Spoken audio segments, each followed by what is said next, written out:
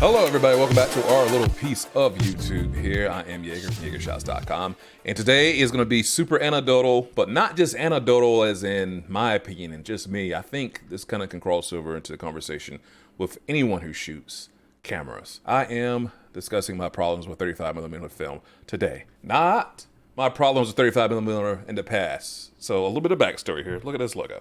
This YeagerShots logo is a film strip because I started on 35mm film cameras back in the early 2000s, literally the year 2000 maybe. And that was the predominant form of shooting stills. Video was a whole nother topic, but we'll get to it. And this does matter. I'm 39 years old now, and I'm seeing a rise in fans of 35mm film who are somewhat younger or just newer to the process of shooting photos. Age doesn't really matter too much, but it's the newness maybe to the process, and they might not have been around when this was the predominant way. I'm speaking of 35mm to get film developed.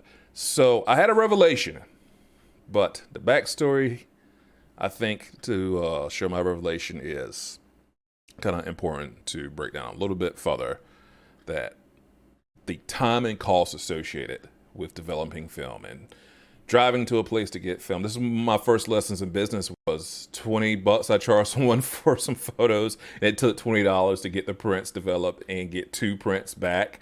The doubles, as they used to call them, of the photos, and I was coming out of the pocket to pay for shoots. That was one of my first harsh business lessons.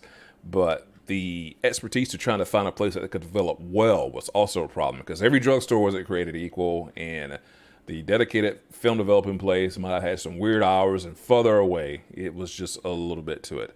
So I'm in South Carolina, and I came across this video on Instagram of Big's Camera. They develop in-house, which is fantastic today, and they've been doing it for decades, developing film in-house. If I had something like that around, that would probably change my sourness today on film, because my most recent film shoot was on some Fujifilm, a disposable camera. And the photos, I had to go with maybe a CVS, and they sent them off. It was definitely a CVS. I got back only the prints. The problem with that is you used to get back the 35mm roll, and I have a film scanner, so I could work on some highlights and things like that on the print itself. So I didn't get that back. I do believe I might have gotten a CD of the photos, and they were just JPEGs. They weren't a higher quality TIFF or anything like that. So that soured me a lot on that. And I had like a year's worth of photos. 9 months, maybe not a full 12 months of just shooting random things on this camera. And I would have definitely liked to be able to tweak some stuff myself. But because that process soured me so much, and I was so excited and had to wait to basically see some photos that, I mean, it's a disposable camera. They weren't going to be too fantastic. But my one favorite one out there with my pal Mackie Beck, I really would have liked to have had the 35mm to do some more tweaking on. And of course, the people at CVS are like, we don't know what's a film roll. That has been part of my aggravation. So having some place like I'm going to talk about here, putting on headsets, Bigs around. They're 2 hours away, but it would be such a novel thing for me to do film these days. I would definitely have to go to someone who knows what in the world they are doing with 35mm film. Playing this off of Instagram because it was on the news, and this caught my interest. Cool film photography be making a comeback. We're talking about, the grain, the texture, the color. There are just some things that can't be duplicated with modern digital cameras. As our Larry Okay, everybody, I gotta stop this part right here. There is this thing that digital, and you're right, digital does have a look, especially on phones. I will clarify and contradict myself here in a moment. There's this thing that you can't duplicate film with digital processes today. That is false. That is just simply not true anymore. In 2022, in the early 2000s, digital looked really bad. It was obviously bad. After 2006, going into 2010, digital still had its own kind of looks and things to it. Last 3-4 years, it's just not even a thing anymore. I'll give you an example on like the movie making side. You can actually create LUTs to emulate how light rolls off of through windows. You know, using the diffusion filters and the dynamic range of cameras now is so much better, getting much closer to that you would have found on film between bright parts of a photo and darker parts of a photo. The whole digital can't emulate film thing, that's not a thing anymore. Digital can do everything that film can do, and this is why I've embraced it so much, and it's part of my hesitancy to really worry about developing film. Now, understand, shooting film, no problems with. There's this thing like that's super cumbersome. No, the cumbersome thing about shooting on 35mm film is you have to take your time, compose shots, slow it down. You'll have less shots, so it's not conducive to running gun shooting. If you're in a wedding situation where people like to tap on your shoulder and say, take a picture of this, take a picture of this, take a picture of this, which is totally fine. Digital is the thing to do that for and to get it done quickly, and you'll have all those extra shots.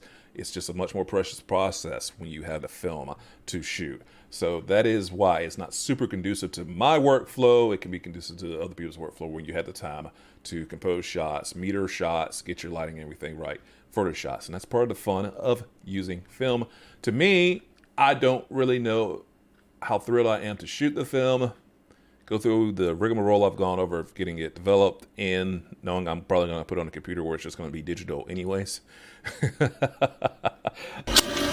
There's a reason people are shooting film for the grain and the colors you can get, because each film has its own color cast. My generation, 15 to 30, they like the look and the tactile feel to it. So, this is the revelation that I had of liking the tactile feel of working with 35mm cameras and film and the looks and colors. I've already covered that. You can emulate all that stuff digitally. So the very reasons I'm not incredibly excited to shoot and develop 35mm film is the exact reasons why a lot of people are excited to shoot and develop 35mm film, for that tactile feel, for that analog feel of doing it. And I absolutely think that is so beautiful. I think that's just a gorgeous thing as humans, that one thing, and this is positive because we're talking creatively here and still pretty anecdotal and opinionated, but it's so positive that one thing that I'm like, no, that's just not for me.